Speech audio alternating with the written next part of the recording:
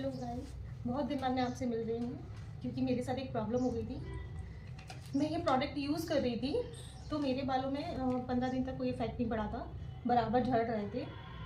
तो उसके बाद मैं अपने घर गई ग्वालियर, और फिर मैंने सोचा मैं ग्वालियर में ही ट्रीटमेंट कराऊंगी क्योंकि इससे पहले मुझे कोरोना हो गया था। तब मेरे बाल बहुत बुरी तरह से झड़ रहे थे, तो मेरा ट्रीटमेंट ग्वालियर में ही चला था और विदिन 1 महीने में मेरे बाल पूरी तरह से बंद हो गए थे। और उन्होंने मुझे कुछ भी लगाने के लिए नहीं दिया था, सिर्फ मेडिसिन दी थी। सैटरडे को अलग, संडे को अलग, मंडे को अलग, ऐसा पूरा पैकेज बना के दिया था 1 महीने का। तो मैं ग्वालियर गई थी तो सबसे पहले उन्होंने मुझे बोला कि मैं अपने बाल कटवा लूँ और ये ट्रीटमेंट मैं पूरा 1 महीने ले लूँ। जैसे ही इसके लिए 1 महीना होगा उसके बाद मैं ग्वालियर जाऊँगी और उस डॉक्टर को दिखाऊंगी जो मैं पहले दिखाई थी।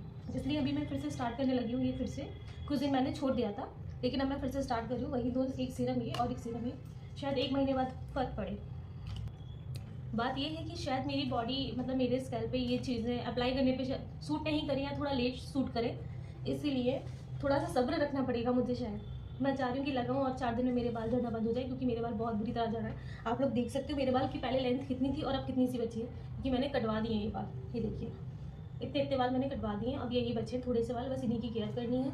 और 8 दिन बाद मैं ग्वालियर जाऊंगी उसी डॉक्टर को दिखाने, उसको वीडियो में आपको दिखाऊंगी और पूरी दवाइयाँ बताऊंगी कि कौन से दिन को कौन सी दवाई दी है। ओके, तो स्टार्ट करते हैं, फिर से सीरम लगाते हैं। मेरे चेहरे पे एक उदासी आप लोगों को दिखती होगी मेरे बालों के चक्कर में, ये सच्ची वाली उदासी है। और हाँ, एक और बात कि मैं इस डॉक्टर के पास गई थी जो इन्होंने मुझे ये सीरम दिया है। उन्होंने मुझसे बोला था कि आप फीड कराते हो, आपका 2.5 साल का बच्चा है, इसी चक्कर में आपके बाल झड़ रहे हैं। तो शायद अभी ये मुझे सूट नहीं कर रही थी। और अब मैंने अपने बेबी का 10 दिन में दूध छुड़वा दिया है बहुत आराम से।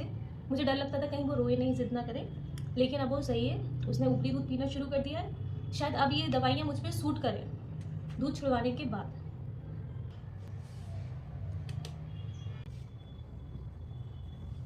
तो आप लोग देख रहे हो कि मैंने ये सीरम अप्लाई कर लिया है थोड़ा सा सब्र के साथ और दूध छिड़वाने के बाद, क्योंकि वो ब्रेस्ट फीड करता था। मेरा बच्चा 2.5 साल का था, छोटा नहीं था और बहुत ज़्यादा ही करता था। इसी चक्कर में मेरे अंदर इतनी कमजोरी आई कि मेरे बाल जड़ से गिरने लगे। और 10 दिन बाद मैंने पहले दवाइयाँ बंद करके 10 दिन तक उसका दूध छुड़वाया, और अब मैं फिर से अप्लाई कर रही हूँ। 15 दिन बाद देखते हैं कि हमारे असर होता है कि नहीं। ये वाला सीरम इधर, ओके। बात एक्चुअल में ये भी थी कि मैं जब फीड करा रही थी तो डॉक्टर ने मुझे हैवी डोज की दवाइयाँ बिल्कुल भी नहीं दी थी। इसी जगह ब्रेस्ट फीडिंग स्टॉप की और उसके बाद फिर से ये ट्रीटमेंट लेना शुरू किया है। अगर आप लोगों के पास भी कोई अच्छा सजेशन हो तो मुझे प्लीज़ दीजिएगा।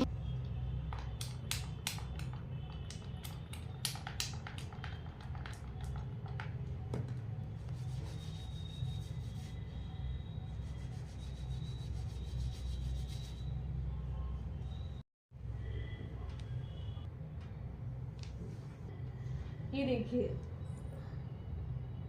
ये बाल ऐसे निकल रहे हैं।